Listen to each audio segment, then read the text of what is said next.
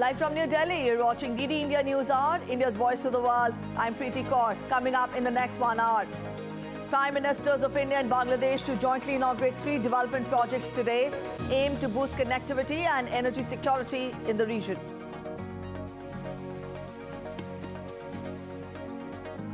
An Israeli air attack hits apartment blocks in a residential area of densely populated refugee camp, killing and wounding hundreds. Heavy clashes reported in Gaza. Britain brings together government officials and technology leaders for a summit on the safety of artificial intelligence, which begins today. Unprecedented trial underway in the U.S. state of Colorado, where a group of Republican and unaffiliated voters tries to block Donald Trump from appearing on the state's 2024 presidential ballot. In ICC Cricket World Cup on Wednesday, New Zealand to take on the in-form South Africa in a clash of tournament heavyweights.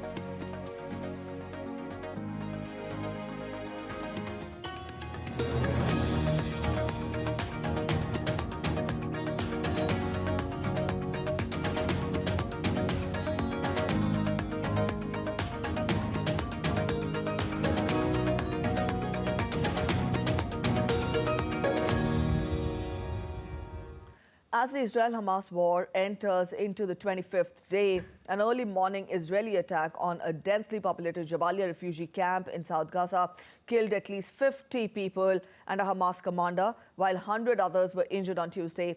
An Israel Defense Forces statement said that the strike by fighter jets on Jabalia had killed Ibrahim Biari, commander of Hamas's Central Jabalia Battalion.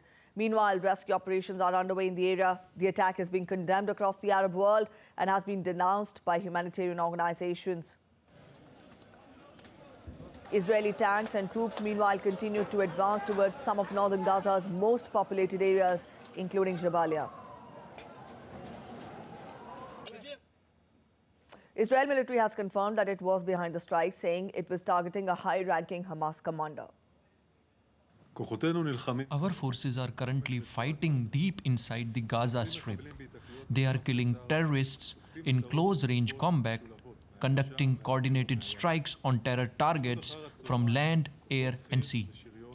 During the afternoon hours, infantry and armored forces secured a central Hamas stronghold in the western part of Jabalia.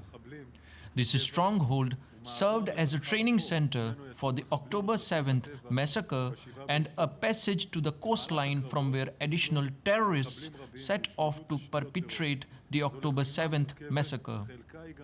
In the course of the fighting, we eliminated many terrorists and destroyed terror infrastructure. This is complicated combat, some of which is face-to-face combat. During the combat, we lost soldiers. Bolivia is now among the first countries to actively break diplomatic relations with Israel over its war in Gaza and accused Israel of committing crimes against humanity in its attacks on the Gaza Strip. Based on its principled stance of respect towards life, Bolivia has decided to break diplomatic relations with the Israeli state in repudiation and condemnation of the aggressive and disproportionate Israeli military offensive taking place in the Gaza Strip, which threatens international peace and security. And also countries upset with the recent Israel attack on the Gaza Strip are recalling their ambassadors. Chilean President Gabriel Boric took to his social media account and said that his government is recalling its envoy to Israel, Jorge Carvajal, for consultations in light of what Boric said were unacceptable violations of international humanitarian law by Israel in the Gaza Strip. Followed by that, Colombian President Gustavo Petro also made the announcement on social media, saying they are recalling its ambassador to Israel for consultations. All right, we're joined in by our correspondent Amrit Pal Singh from Israel on the current situation there. Amrit, we know that the war is intensifying. It is well in the 4th week, nearing almost a month now. Let us understand from you what are the implications of the war intensifying from here, and also what could be the possible fallouts. You're absolutely right. I mean, the war is in its 4th week now, but, everybody, including the Israelis, have been saying that it's going to be a long and protracted battle. They realize the complications, the challenges the war poses for them, because to achieve their stated objective of completely decimating the Hamas, they need to get into close combat. For that, they would need to go in for a ground invasion, which they have, though in a limited number. But the troops on the ground are right now being aided by the Air Force, their own UAVs and drones, they've encircled the Gaza city and are poised to go in. There have been some visuals of both sides hitting each other. And the numbers from both sides vary as to what the casualties are. I'm talking about the soldier casualties and the Hamas casualties. Both sides have their own claims. But the fact remains that, to achieve their stated purpose, they would have to go in for an all-in invasion, a close combat, getting into tunnels, perhaps gassing the tunnels out, using sponge bombs, etc., to get the Hamas overground. Then the other challenge is, how do they distinguish between Hamas and the civilians? Because Hamas follows no rules of war. They will blend in with the civilians, or as the apprehensions are being expressed, they could use the civilians as human shields. There will be a steep climb in the casualty numbers of the civilians. Already it's very high, 8,000 plus, of which, according to UN, 70% are children and women. I think what would be weighing on Benjamin Netanyahu and his war cabinet's mind is how to achieve the stated military purpose and how to keep these numbers low, because that would mean the civilian casualties low, because that would mean a lot of international pressure, and Netanyahu will have to factor that in. That how would he deal with that? How would he deal with his allies who are till now supporting him, then pushing back? Then there's this whole question of hostages. What happens if Hamas starts executing them? Half of 239 or 240 is the number being pegged right now. Half of them foreign nationals. How would those countries react? So these are the implications and the fallout. All right, Amrit, now we've seen there has been immense destruction in Gaza Strip, but Israel still says that it will be a long war. At the same time, aid reaching the people in Gaza is also a concern. How do you read Israel's approach on ground zero? And also, how does it plan to deal with the aid?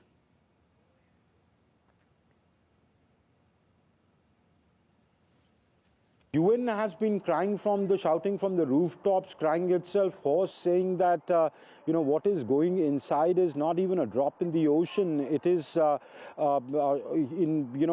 less than what is required, because there's a human catastrophe unfolding out there. There are hospitals are getting shut.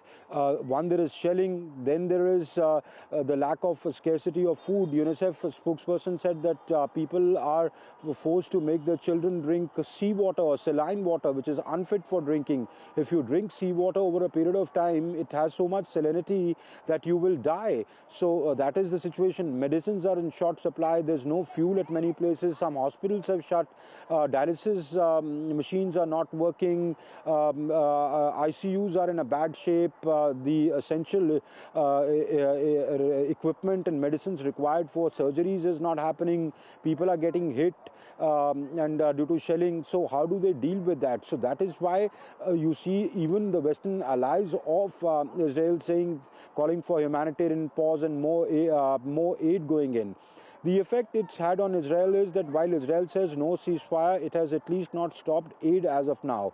It's agreed to allowing 100 trucks a day.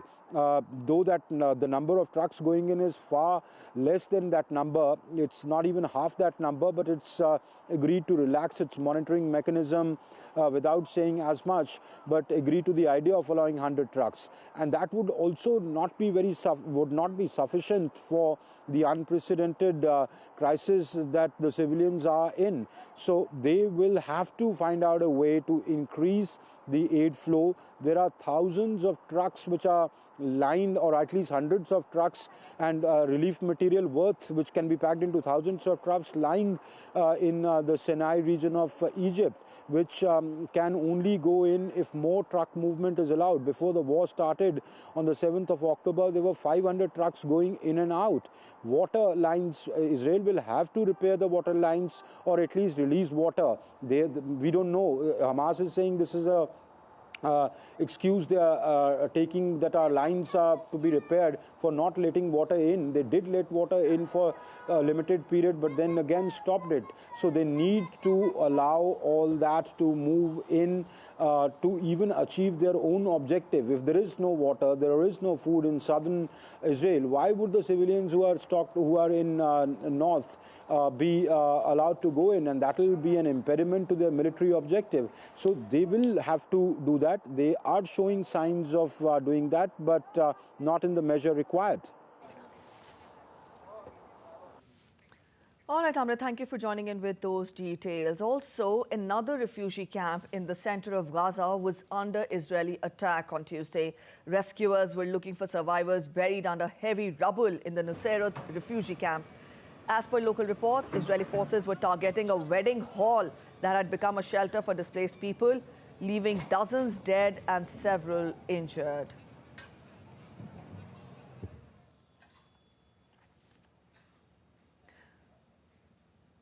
US President Joe Biden and Jordan's King Abdullah on Tuesday discussed their shared commitment to increasing aid to the civilians in Gaza during the Israel-Hamas conflict.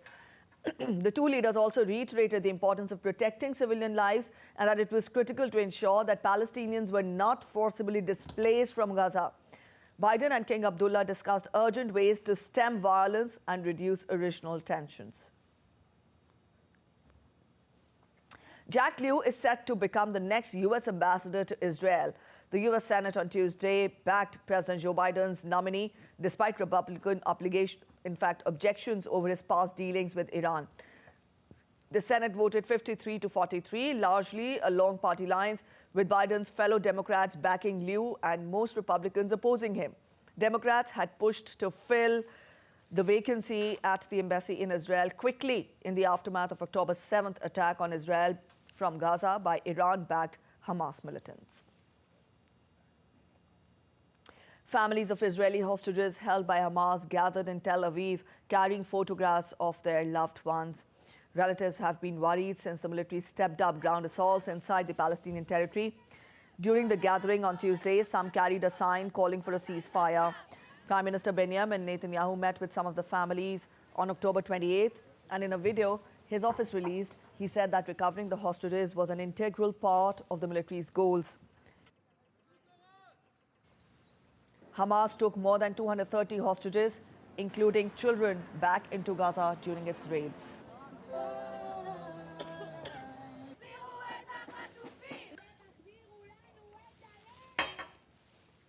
And also, relatives of those held hostage by Hamas called on French authorities and the international community to help secure their release.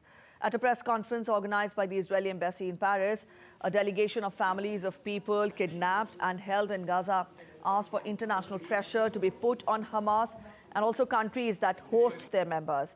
The relatives of hostages were in Paris as part of a trip organized by Israeli Bar Association to draw attention to the situation of Israeli hostages held in Gaza. More than 200 hostages have been seized by Hamas in a cross-border rampage into Israel on October 7th.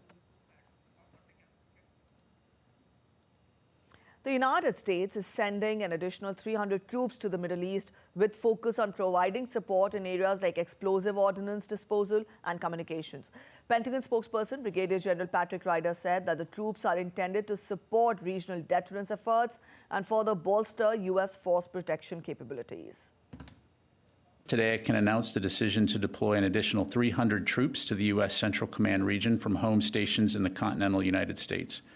These additional troops will provide capabilities in explosive ordnance disposal, communications, and other support enablers for forces already in the region. Please note that we will not discuss specific deployment locations for these forces, but I can confirm they are not going to Israel and that they are intended to support regional deterrence efforts and further bolster U.S. force protection capabilities. U.S. President Joe Biden and his Chinese counterpart Xi Jinping will be meeting in San Francisco later this month. The meeting will be held on the sidelines of the Asia-Pacific Economic Cooperation Forum in San Francisco. White House Press Secretary Karine Jean-Pierre told reporters on Tuesday that the two leaders are aiming to have a constructive meeting. The APEC summit is to take place in mid-November. I mean, we've been talking about, the president said he's looking forward to meeting with President Xi, and so not going to get into details about this meeting that's going to happen this month. It's going to be in San Francisco. It's going to be a constructive meeting. The president's looking forward to it. U.S. President Joe Biden travels to Minnesota later today for a speech about how his administration's economic plans are helping rural America. The White House is ramping up events across the country to try and get voters on side ahead of next November's election. U.S. markets were largely unchanged in Tuesday's trading ahead of the speech. Nick Harper gets us the details from Washington. Well, here we have President Joe Biden in full campaigning mode, just over a year before the 2024 presidential election. The choice of Minnesota, a must-win state, shows the incumbent courting the rural America vote. The White House says that the speech will focus on how government spending, along with Biden's policies, has helped improve people's lives. The president plans to outline how his government is ensuring rural Americans do not have to leave their hometowns to find opportunities. It comes off the back of federal investment to help farmers and ahead of critical infrastructure improvements, including high-speed internet for rural communities. Top Biden officials are planning a series of trips to around 15 other states, including Wisconsin, Michigan, Iowa, and New Hampshire. With the economy expected to be one of the main issues in next year's election, the president is really trying to show voters how nearly 3 years of the Biden administration has helped their pocketbooks and convince them that they're better off now, despite high inflation and interest rates at their highest level in 22 years. The president's speech, though, is not expected to move markets much during Wednesday's trading. Instead, Wall Street will be eyeing the end of the Federal Reserve's two-day policy meeting. That wraps up on Wednesday afternoon in Washington and is expected to end with the central bank deciding not to raise interest rates. But the Fed has warned rate hikes will continue in the coming months to try and get inflation under control. In Washington, Nick Harper, reporting for DD India. An unprecedented trial is underway in the U.S. state of Colorado, where a group of Republican and unaffiliated voters is trying to block Donald Trump from appearing on the state's 2024 presidential ballot. They say a Civil War-era law barring insurrectionists from running for office disqualifies the former president.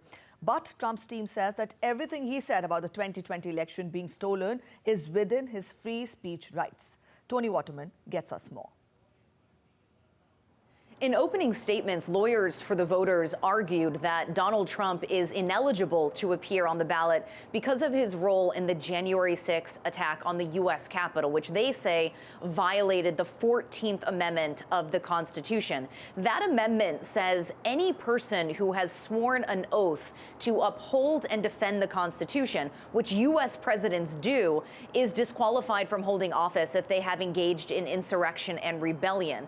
To try and prove their point, they played snippets from Trump's fiery speech to supporters ahead of the 2021 riot, where he told the crowd to, quote, fight like hell. Lawyers argued that Trump knew the power of his words, but the former president's defense team has dismissed the lawsuit as anti-democratic, insisting that Trump took precautions to avoid violence and used the word peace several times during that now infamous speech. This case is considered a long shot for the prosecution. Not only has Trump not been convicted of insurrection, he hasn't even been charged with it in the 4 criminal cases against him. Still, Trump is facing similar disqualification cases in at least 4 other states, including Minnesota, where the state's Supreme Court will take up the case on Thursday. Meanwhile, Donald Trump's children are set to take the stand at his fraud trial case in New York starting this week. Donald Trump Jr. is expected to kick things off on Wednesday, followed by Eric and Ivanka, who will take the stand after her father next week. They are all current or former executives of the Trump Organization, and prosecutors say the former president artificially inflated the value of his assets in financial statements to secure better loan rates and insurance policy. Trump calls the case a witch hunt and is expected to take the stand himself next week. Tony Waterman in Austin reporting for DD India. Up next, we're heading for a short break, but will still come on this edition of DD India News Hour. Thailand announces temporary removal of visa requirements for travellers from India and Taiwan. India's External Affairs Minister, Dr. S. Jaishankar, holds talks with his Portuguese counterpart. Delhi Air Quality Index nosedives to very poor category. The Air Quality Index reported at an alarming level of 336 in the morning.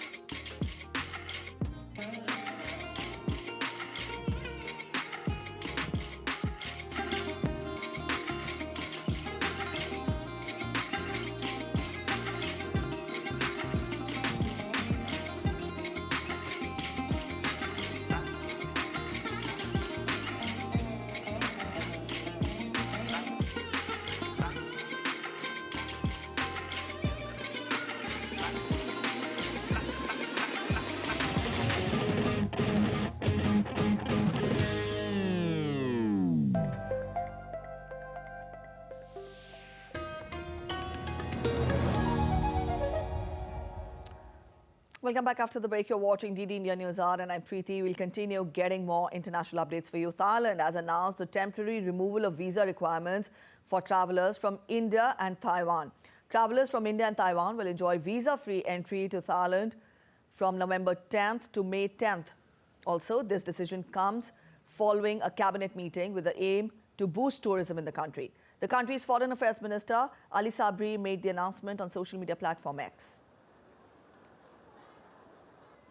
And DD India correspondent Patrick Folk joins us from Singapore to get us more. Patrick, good morning.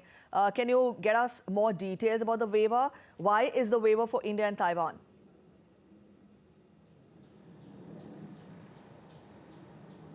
Well, it's no secret that exports from Thailand, as is the case for exports from many countries around the world, are struggling right now. So the Thai government is turning to tourism in an effort to boost the economy. So in a cabinet meeting, Thai Prime Minister Sri Lanka announced visa waivers for visitors from India and Taiwan for a period of 6 months from November 10th, as you say.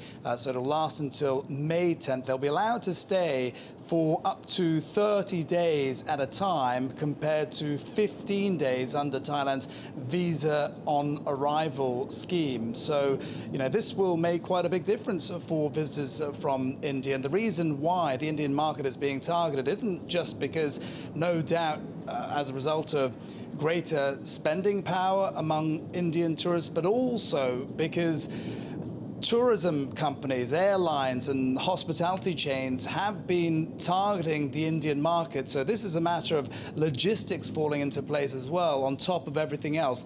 Thailand received 22 million visitors so far this year, so it's some way short of the 40 million it hit in 2019 before the pandemic set in. And India is becoming an increasingly important market. There have been just under 1.2 million visitors from India in the first 9 months of this year. It's hoping that it'll hit 1.5 million by the end of this year. And with this tourist waiver in place, there's every reason to think that it could hit that target. All right, Patrick, is there also any possibility that the waiver might extend beyond these 6 months?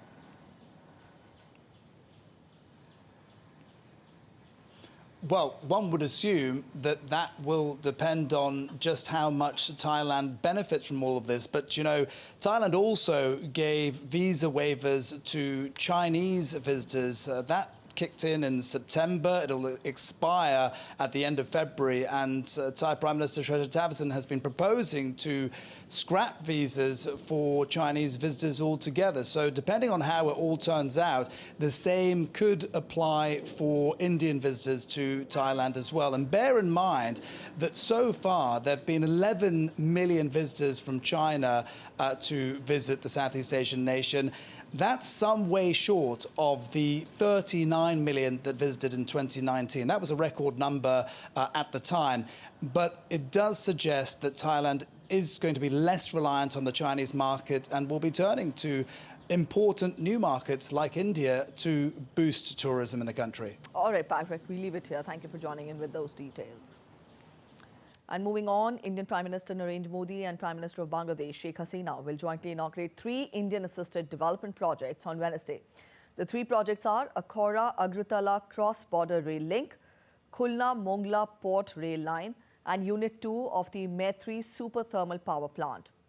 The Akhora-Agratala cross-border rail link project has been executed under Government of India's grant assistance. The Khulna-Mongla port rail line project has been implemented under India's concessional line of credit, and also the Maitri super thermal power project is being implemented under Indian concessional financing scheme loan of $1.6 billion.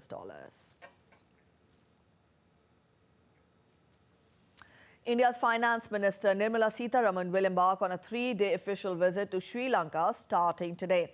During her visit, she will address the NAM 200 organized by the government of Sri Lanka to commemorate the 200th anniversary of the arrival of Indo-Eurasian Tamils. The event will be graced by Sri Lankan President Ranil Wickremesinghe and Prime Minister Dinesh Gunawardena. The Finance Minister, Nirmala Sitharaman, will also address India-Sri Lanka Business Summit at Colombo, among other events. Also, as part of her official visit, she will call on President and Prime Minister of Sri Lanka. She will also witness the exchange of a memorandum of understanding for solar electrification of religious places in Sri Lanka. External Affairs Minister Dr. S. Jaishankar held productive talks with his Portuguese counterpart, João Craveno, during his visit to Portugal. Both the leaders exchanged views on various global issues and discussed progress in bilateral economic cooperation. Dr. S. Jaishankar also praised Portugal's support for India-EU relations. He met with other Portuguese officials and paid his respects to Mahatma Gandhi and Kasturba Gandhi in Lisbon.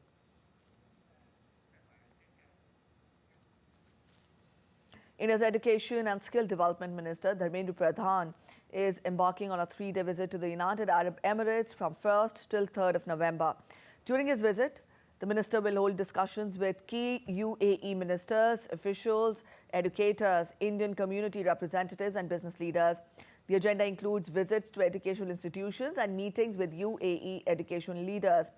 Also, this visit serves as a platform for both countries to enhance their educational and skill development systems, promising mutual benefit and growth. A quick look at the other stories, in fact, that are making it to the top news. President Draupadi Murmu is on a 2-day visit to Union Territory of Jammu, Kashmir and Ladakh, and today she will visit the Siachen base camp and will interact with the troops. The president will also interact with members of self-help groups and local tribals. Srinagar's iconic Lal Chowk wore a festive look on Tuesday evening as a series of events were organized for the celebrations of Union Territory Jammu and Kashmir Foundation Day. The event showcased the rich cultural heritage of the region with traditional music performances and dance forms that have been part of Kashmir's cultural history.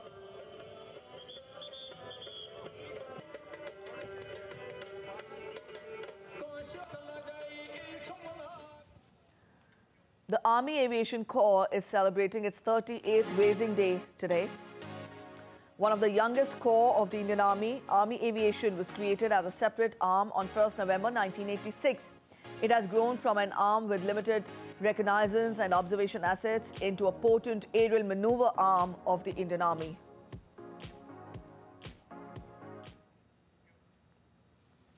The air quality in Delhi is continuously in the very poor category. The air quality index of the city stood at 336 in the morning. Today is the 5th day in a row when the air quality of the city deteriorates to very poor category. According to Central Pollution Control Bureau, the index level early morning had entered into severe zone in some parts of the city. A short break ahead, but on the other side of the break, we get to details on political upheaval that was reported in Bangladesh with BNP calling for a traffic blockade program. A train transporting fuel charred in the Russian-controlled Ukrainian city of Donetsk after Ukrainian shelling.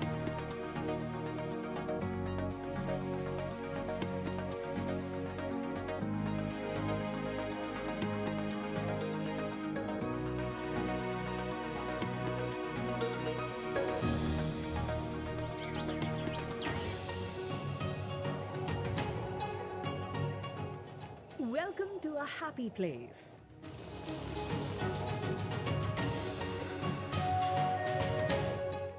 To nature's warm embrace.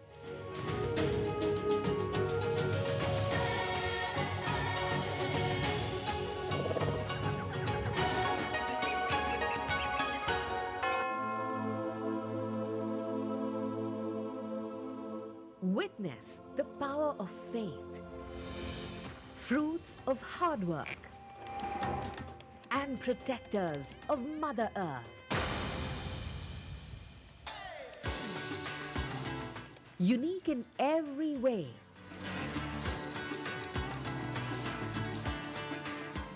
Discover something new every day.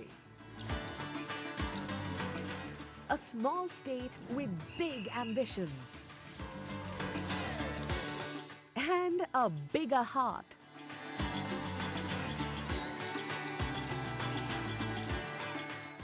Mizoram welcomes to love, laughter, and celebrations.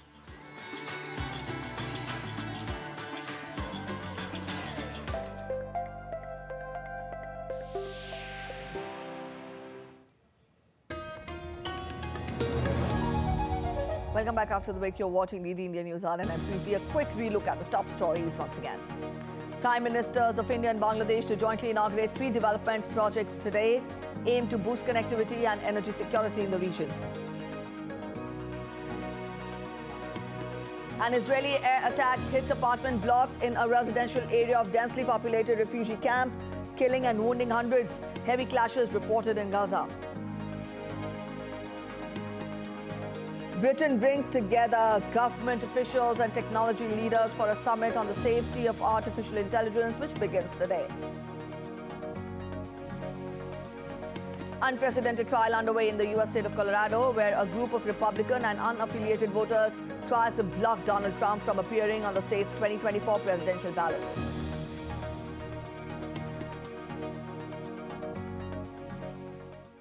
Britain is bringing together government officials and technology leaders for a summit on the safety of artificial intelligence, which begins today.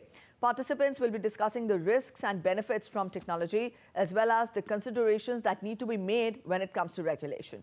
Julia Chapman gets us details from London. World leaders always acknowledge the potential benefits that artificial intelligence will bring. But over the next 2 days, it's the risks of AI that will be front and center. The British government has focused on what it sees as a long-term existential threat from artificial intelligence.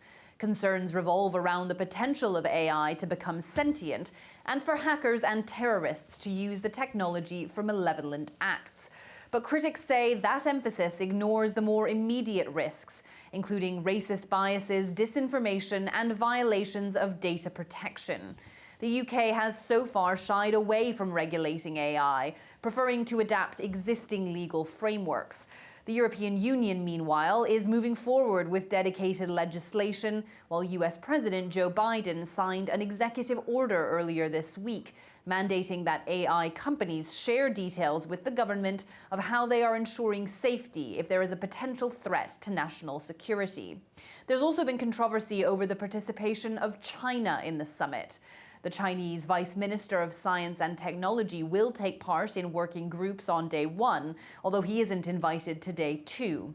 China and the US are the global leaders when it comes to artificial intelligence. President Biden is sending Vice President Kamala Harris to take part in the UK's summit.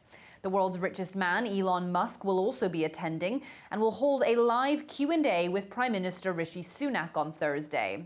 The UK is hoping that this summit will help it become a leader in AI safety worldwide. But the event has been overshadowed by war in the Middle East and undermined by the small number of leaders attending.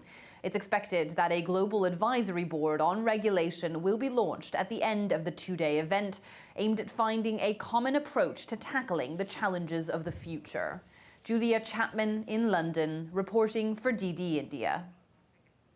Quantum computers are expected to open a new world of possibilities for the next generation. United Kingdom is strengthening science, research and innovation links with India.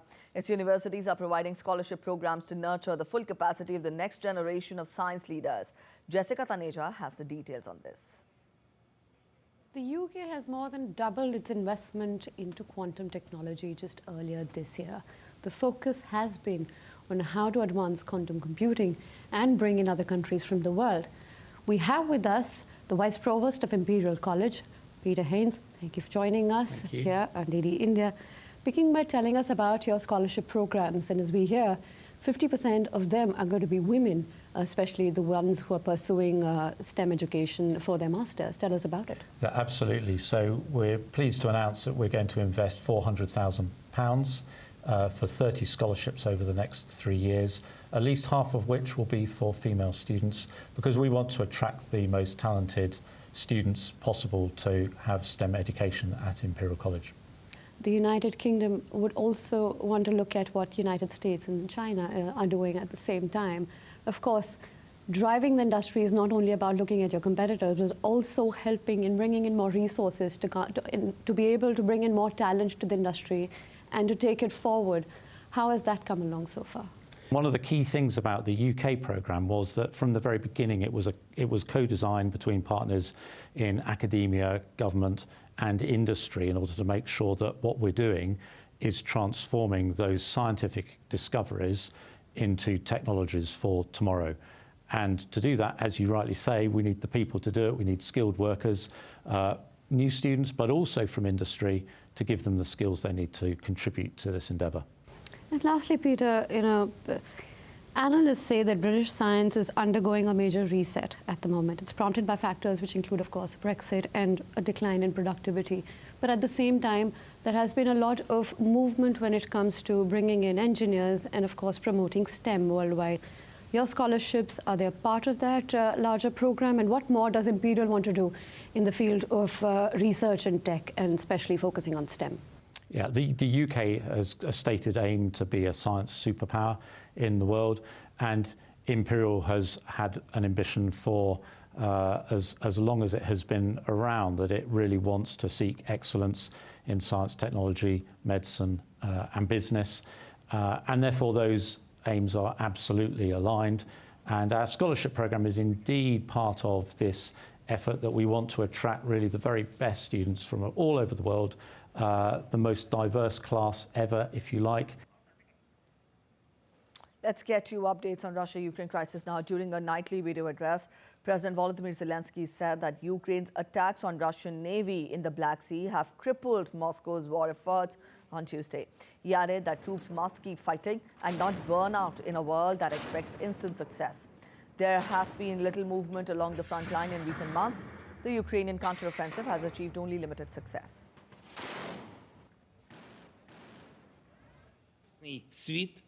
The modern world is set up in such a way that it becomes accustomed to success too quickly. When the full-scale aggression began, many in the world did not think Ukraine would endure. The colossal things done by our people, by our soldiers, are now taken for granted. Ukraine's success in the battle for the Black Sea is something that will be in the history books, although it is not so often discussed now. But no matter what, we have to do our part, defend our state, Ukrainian independence, our life, our culture, Ukrainian freedom, and we will protect it. Meanwhile, UN's Office for the Coordination of Humanitarian Affairs Director of Coordination, Ramesh Rajasingham, said that more than 9,900 civilians have been killed since the start of the invasion, which is equal to the killing of 16 civilians per day. The findings were published in a report based on 2 fact-finding missions to Rosa by the Office of the United Nations High Commissioner for Human Rights. The latest count, more than 9,900 civilians have been killed since the start of the invasion. To put this into perspective, this is equivalent to almost 16 civilians killed every day. As these are only the figures of that the Office of the High Commissioner for Human Rights has so far formally verified, the actual toll is certainly higher. A train transporting fuel caught fire in the Russian-controlled Ukrainian city of Donetsk on Tuesday after the Ukrainian shelling. As per media reports, a person was killed and several others were injured, including 3 reporters as a result of the shelling across the city.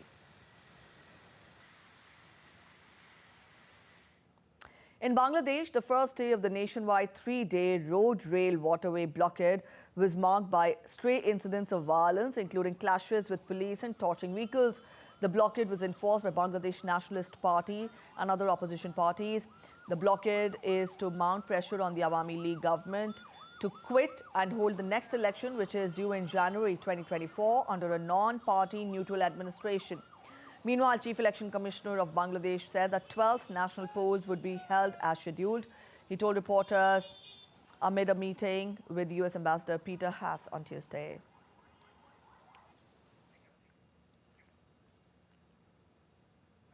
All right, to get us more on the Bangladesh unrest, DD India correspondent Naval Singh Parmar joins us from Dhaka for more. Naval, good morning.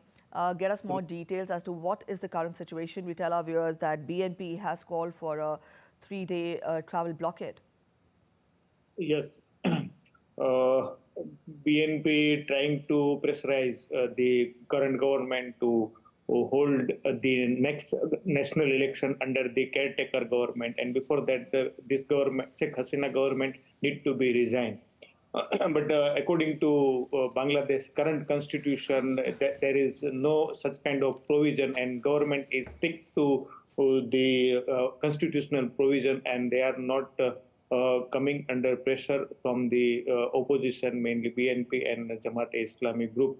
But meanwhile, we receive report that Chief Election Commission Qazi Habibullah today shout time from the President office to apprise him regarding the security situation in Bangladesh. And it is a custom here in Bangladesh that before announcement of election, Chief Election Commissioner meet the President, and then after he announce the election.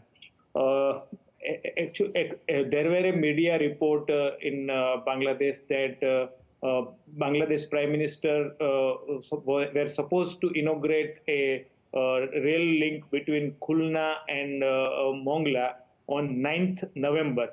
But that is happening today, as you are aware that Indian Prime Minister and her Bangladeshi counterpart Sheikh Hasina is inaugurating that rail link today. It means that election may be declared within a few days. Earlier, it was supposed to be declared on 15th of November, but due to the political unrest and the violence on the street, Election Commission may advance the declaration of election a week. It is my assumption. And as you know that there are many stray incidents of violence on the street of Bangladesh that is going on, and today is the second day of three-day blockade of railroad and waterways. Yesterday there were 3 deaths reported, 2 in Kishoreganj district of Bangladesh and 1 in Sylhet division. The person who was fleeing police arrest met an accident, and on the spot he met with the death. So political situation in Bangladesh is tense, and the people are worried about the safety. And the one more thing is that compared to previous 2 days, yesterday was calm in Dhaka rather than other part of Bangladesh, which were witnessed many violence incident, and that are in district place, not in the divisional cities. So countryside is having more incidents of violence rather than the major cities of Bangladesh like Chittagong and Dhaka. All right, Namal, we leave it here. Thank you for joining in with those details. Let's get to other updates from across the world which are making it to the headlines. Orange juice prices reached their highest since 1966 due to limited production in the US, Brazil and Mexico. The January contract on the Intercontinental Exchange reached an all-time high of $4.17 per pound. That is up to 90% this year. However, fundamentals remain positive, with negative weather and a bacterial disease reducing production in Mexico, US and Brazil.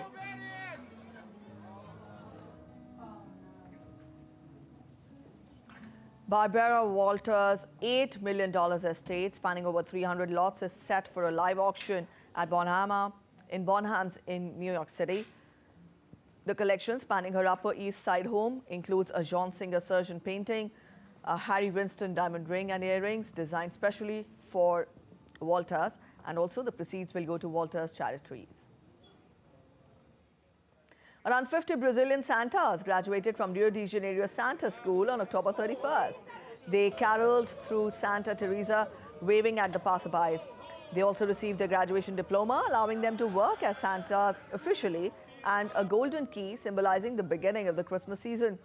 During the ceremony, Father Christmas remembered the Gaza Strip conflict and demanded global peace. 500 baby sea turtles were released into the Pacific Ocean in North Colombia, including olive ridley and blackwood turtles, through a conservation program by Guardians of Mangrove Association.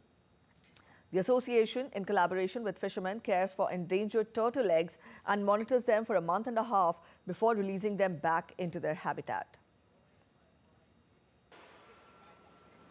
And the U.S. Fish and Wildlife Service and the Association of Zoos and Aquariums have launched a pilot wildlife confiscations network in Southern California to ensure wildlife caught in illegal trafficking survives and thrives. The program will place confiscated animals at the Los Angeles Zoo, with plans to expand to other trafficking hotspots like Miami, El Paso, and Texas. A short break ahead, but still to come on this edition of DD India News Hour. Indian Prime Minister Narendra Modi to interact with the Asian Para Games contingent today.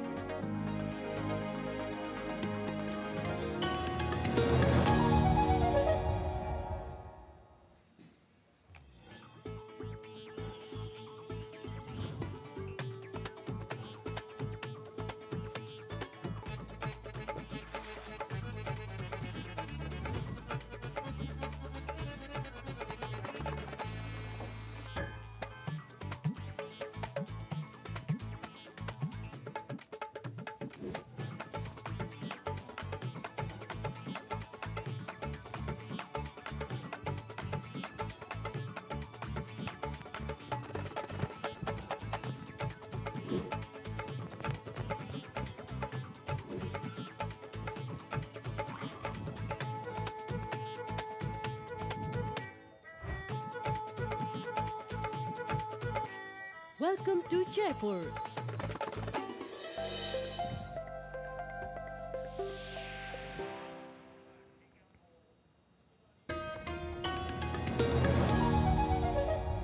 Welcome back after the break. You're watching DD India News Hour and I'm Preeti. Let's continue getting you more international updates. Mexican residents in Acapulco began receiving food and supplies as they work to recover from Hurricane Otis's devastation. Over 100 people are dead or missing in Mexico due to the hurricane, with damage costs potentially reaching $15 billion. Thousands of armed forces are distributing food and supplies, while civil protection authorities confirmed 48 deaths in Acapulco. Mexico's government plans to unveil a rescue plan on November 1st. I need food. The storm took the roof off my house, but still I will recover that with work. We need food, water, tortillas, eggs. That's all we need, most to survive. 4,000 residents of Riverside County were ordered to evacuate after a 890-hectare wildfire in Southern California caused by desert winds broke out. Southern California experienced a massive fire hazard due to Santa Ana winds, causing the Highland fire to nearly double in size overnight. Officials opened refugee centers and evacuated campers from a recreational vehicle resort. The cause of the fire is being investigated and the blaze remains a threat, with several roads closed and evacuation orders in effect.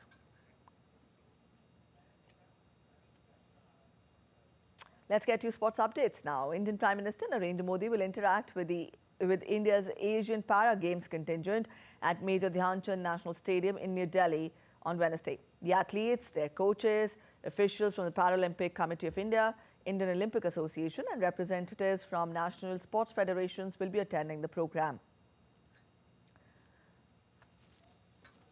The program is an endeavour by the Prime Minister to encourage the morale of the participating athletes in the Para-Asian Games. India won a total of 111 medals, including 29 golds this year.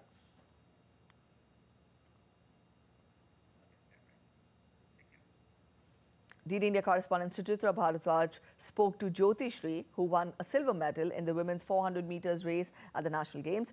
Jyoti Shri said that the objective is to improve her best performance, win more international medals and qualify for the Olympics. Congratulations. And how is your overall experience of participating in the National Games in Goa? And I wanted to do my personal best, but I couldn't make it. I trained so hard this whole season and I got injured in between, and I overcame that and I started running again. And next season I'll do my personal best and will qualify for Olympics. What were your expectations before coming here, and how happy you are with your performance? I won silver medal. That is a good thing, but I should work more hard, and execution of the race is not that good. I hope I'll do good. I'll correct all the mistakes I have done this year and will come better. We'll do better. And tell us something about your journey, about your family. How difficult was it to pursue this field? My father is very supportive, and like with his, he want to see me win international medals. Because of him, I'm doing, and I'm here today because of him. And I want to make him proud, winning medals at international level. And I was training in national camp since 2 years. Coaches and physios are very supportive. They encourage me a lot. Even when I'm down, even when I was injured, they supported me a lot. After winning the silver medal, what is your next target? Since December I was doing, and now I'll take some break and then get ready for next season. We have world relays to qualify for Olympics, and I'll do my best in the coming season. I'll try to break my personal best. Thank you so much for talking to us. So Jyoti Shri has just won the silver medal in 400 meter, and now her aim is to improve her timings and improve her personal best. With camera person Sumit Dhimal, this is Suchitra reporting for DD India from Goa.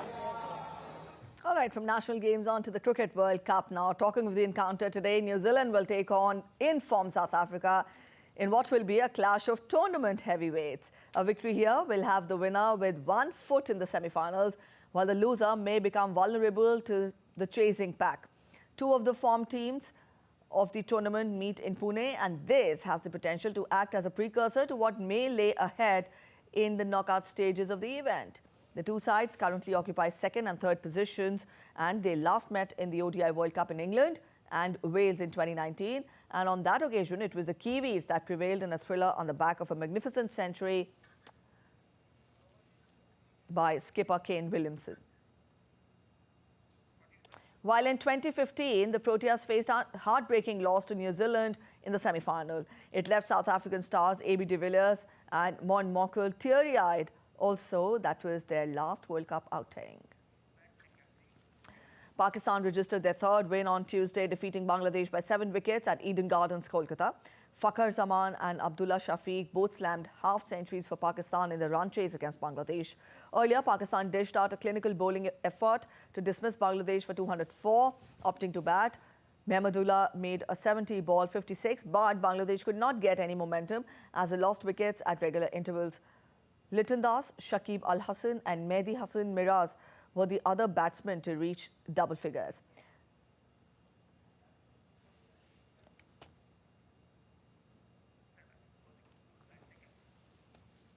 All right, that's it in this edition of DD India News Hour. But let us know your thoughts on the news of the day. You can connect with us on Facebook, X, and also Instagram. We will be back with more news as it breaks here on DD India. I'm Preeti Kaur signing off, and from all of us here in Delhi, thanks for watching DD India News Hour.